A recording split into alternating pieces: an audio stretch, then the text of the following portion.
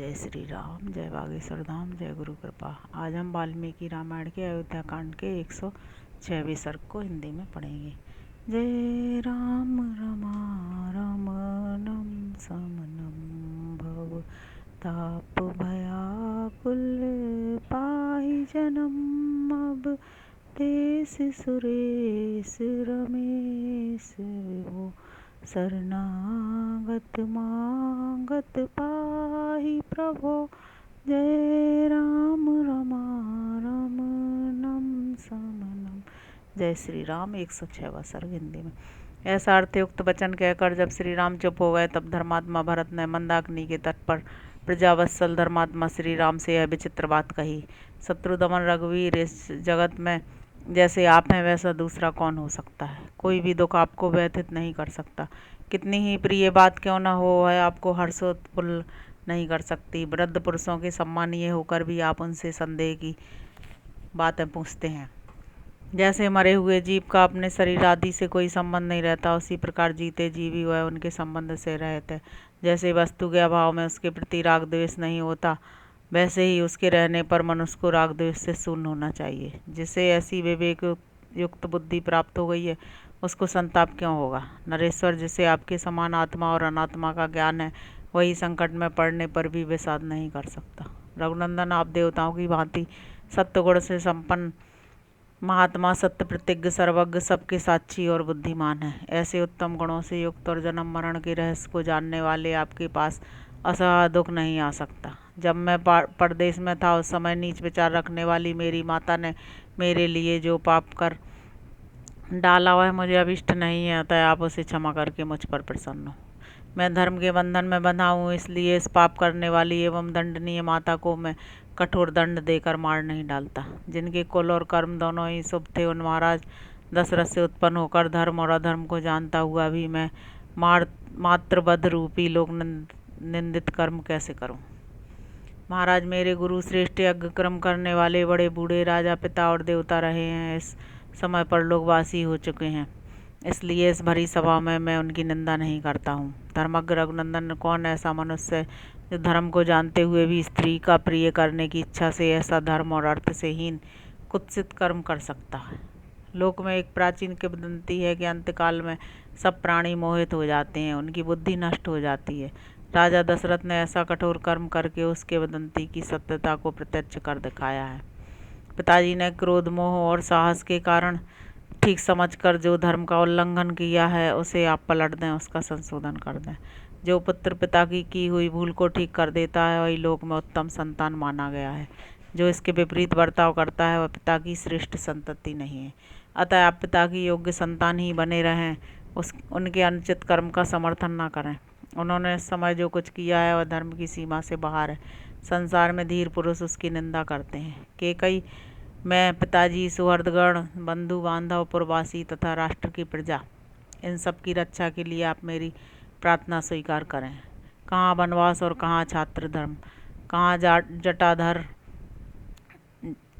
जटाधारण और कहाँ प्रजा का पालन। ऐसे परस्पर विरोधी कर्म आपको नहीं करने चाहिए। महाप्राज्ञ क्षत्रिय के लिए पहला धर्म यही है कि उसका राज्य पर अभिषेक हो, जिससे वह प्रजा का भली भांति पालन कर सके। भला कौन ऐसा क्षत्रिय होगा जो प्रत्यक्ष सुख के साधनभूत प्रजा पालन रूप धर्म का परित्याग करके संशय में स्थित सुख के लक्षण से रहित भविष्य में फल देने वाले निश्चित धर्म का आचरण करेगा। यदि आप क्लेश साध्य धर्म का ही आचरण करना चाहते हैं तो धर्मानुसार चारों वर्णों का पालन करते हुए ही कष्ट उठाइए। धर्मज्ञ रघुनंदन, धर्म के ज्ञाता पुरुष चारों आश्रमों में गृहस्थ को ही श्रेष्ठ बतलाते हैं, फिर आप उसका परित्याग क्यों करना चाहते हैं। मैं शास्त्र ज्ञान और जन्मजात अवस्था दोनों ही दृष्टियों से आपकी अपेक्षा बालक हूँ, फिर आपके रहते हुए मैं वसुधा का पालन कैसे करूँगा। मैं बुद्धि और गुण दोनों से हीन हूँ, बालक हूँ तथा मेरा स्थान आपसे बहुत छोटा है, अतः मैं आपके बिना जीवन धारण भी नहीं कर सकता, राज्य का पालन तो दूर की बात है। धर्मज्ञ रघुनंदन, पिता का यह सारा राज्य श्रेष्ठ और निष्कंटक है, अतः आप बंधु बांधवों के साथ स्वधर्म अनुसार इसका पालन कीजिए। मंत्रज्ञ रघुवीर, मंत्रों के ज्ञाता महर्षि वशिष्ठ आदि सभी ऋत्विज तथा मंत्री, सेनापति और प्रजा आदि सारी प्रकृतियाँ यहाँ उपस्थित हैं। ये सब लोग यहीं आपका राज्य अभिषेक करें। हम लोगों के द्वारा अभिषिक्त होकर आप मरुदगणों से अभिषिक्त हुए इंद्र की भांति वेग पूर्वक सब लोगों को जीतकर प्रजा का पालन करने के लिए अयोध्या को चलें। वहाँ देवता, ऋषि और पितरों का ऋण चुकाएं, दुष्ट शत्रुओं का भली भांति दमन करें तथा मित्रों को उनकी इच्छा अनुसार वस्तुओं द्वारा तृप्त करते हुए आप ही अयोध्या में मुझे धर्म की शिक्षा देते रहें। और आपका अभिषेक संपन्न होने पर सुहृदगण प्रसन्न हो और दुख देने वाले आपके शत्रु भयभीत होकर दसों दिशाओं में भाग जाएं। पुरुष प्रवर, आज आप मेरी माता के कलंकों को धो पहुँचकर पूज्य पिताजी को भी निंदा से बचाइए। मैं आपके चरणों में माथा टेक कर याचना करता हूँ, आप मुझ पर दया कीजिए। जैसे महादेव जी सब प्राणियों पर अनुग्रह करते हैं, उसी प्रकार आप भी अपने बंधु बांधवों पर कृपा कीजिए। अथवा यदि आप मेरी प्रार्थना को ठुकरा कर यहाँ से वन को ही जाएंगे तो मैं भी आपके साथ जाऊँगा। गिलानी में पड़े हुए भरत ने मनोभिराम राजा श्री राम को उनके चरणों में माथा टेक कर प्रसन्न करने की चेष्टा की, तथापि उन सत्गुण संपन्न रघुनाथ जी ने पिता की आज्ञा में ही दृढ़तापूर्वक स्थित रहकर अयोध्या जाने का विचार नहीं किया।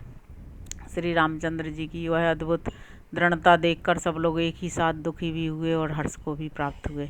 ये अयोध्या नहीं जा रहे हैं यह सोचकर वे दुखी हुए और प्रतिज्ञा पालन में उनकी दृढ़ता देखकर उन्हें हर्ष हुआ। उस समय ऋत्विजपुरवासी भिन्न भिन्न समुदाय के नेता और माताएं अचेत सी होकर आंसू बहाती हुई पूर्वोक्त बात कहने वाली भरत की भूरी भूरी प्रशंसा करने वाली लगी और सबने उनके साथ ही योग्यता अनुसार श्री राम जी के सामने विनीत होकर उनसे अयोध्या लौट चलने की याचना की। इस प्रकार श्री वाल्मीकि निर्मित रामायण आदि काव्य के अयोध्या कांड में 106वां सर्ग पूरा हुआ। अब हम 107वां सर्ग हिंदी में पढ़ेंगे। जब भरत पुनः इस प्रकार प्रार्थना करने लगे तब कुटुंबी जनों के बीच में सत्कार पूर्वक बैठे हुए लक्ष्मण के बड़े भाई श्रीमान रामचंद्र जी ने उन्हें इस प्रकार उत्तर दिया। भाई, तुम नरश्रेष्ठ महाराज दशरथ के द्वारा केकई राजकन्या माता केकई के गर्भ से उत्पन्न हुए हो, अतः तुमने जो ऐसे उत्तम वचन कहे हैं वे सर्वथा तुम्हारे योग्य हैं। भैया, आज से बहुत पहले की बात है, पिताजी का जब तुम्हारी माताजी के साथ विवाह हुआ था तभी उन्होंने तुम्हारे नाना से केकई के पुत्र को राज्य देने की उत्तम शर्त कर ली थी। इसके बाद देवासुर संग्राम में तुम्हारी माता ने प्रभावशाली महाराज की बड़ी सेवा की। इससे संतुष्ट होकर राजा ने उन्हें वरदान दिया। उसी की पूर्ति के लिए प्रतिज्ञा कराकर तुम्हारी श्रेष्ठ वर्ण वाली यशस्विनी माता ने उन नरश्रेष्ठ पिताजी से 2 वर्ण मांगे। पुरुष सिंह एक वर के द्वारा इन्होंने तुम्हारे लिए राज्य मांगा और दूसरे के द्वारा मेरा वनवास। इनसे इस प्रकार प्रेरित होकर राजा ने वे दोनों वर इन्हें दे दिए। पुरुष प्रवर, इस प्रकार उन पिताजी ने वरदान के रूप में मुझे 14 वर्षों तक वनवास की आज्ञा दी है। यही कारण है कि मैं सीता और लक्ष्मण के साथ इस निर्जन वन में चला आया हूँ। यहाँ मेरा कोई प्रतिद्वंदी नहीं है। मैं यहाँ पिताजी के सत्य की रक्षा में स्थित रहूँगा। राजेंद्र, तुम भी अपनी उनकी आज्ञा मानकर शीघ्र ही राजपथ पर अपना अभिषेक करा लो और पिता को सत्यवादी बनाओ, यही तुम्हारे लिए उचित है। धर्मज्ञ भरत, तुम मेरे लिए पूज्य पिता राजा दशरथ को केकई के ऋण से मुक्त करो, उन्हें नरक में गिरने से बचाओ और माता का भी आनंद बढ़ाओ। ताज सुना जाता है कि बुद्धिमान यशस्वी राजा गए देश में ही यज्ञ करते हुए पितरों के प्रति एक कहावत कही थी। वह इस प्रकार है, बेटा पुत्र नामक नरक से पिता का उद्धार करता है, इसलिए वह पुत्र कहा गया है। वही पुत्र है जो पितरों की सब ओर से रक्षा करता है।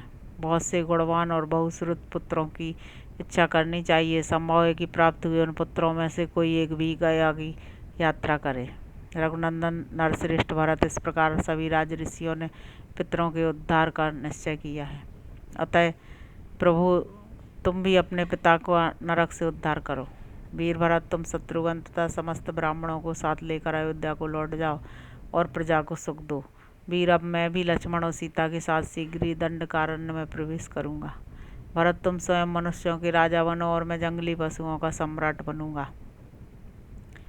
अब तुम अत्यंत हर्षपूर्वक श्रेष्ठ नगर अयोध्या को जाओ और मैं भी प्रसन्नतापूर्वक दंडक वन में प्रवेश करूंगा। भरत, सूर्य की प्रभा को द्रोहित कर देने वाला छत्र तुम्हारे मस्तक पर शीतल छाया करे। अब मैं भी धीरे धीरे इन जंगली वृक्षों की घनी छाया का आश्रय लूँगा। भरत, अतुलित बुद्धि वाले शत्रुघ्न तुम्हारी सहायता में रहें और सुविख्यात सुमित्रा कुमार लक्ष्मण मेरे प्रधान मित्र हैं। हम चारों पुत्र अपने पिता राजा दशरथ की सत्य की रक्षा करें, तुम विषाद मत करो। इस प्रकार श्री वाल्मीकि निर्मित रामायण आदि काव्य के अयोध्या कांड में 107वां सर्ग पूरा हुआ। जय श्री राम, जय बागेश्वर धाम, जय गुरु कृपा।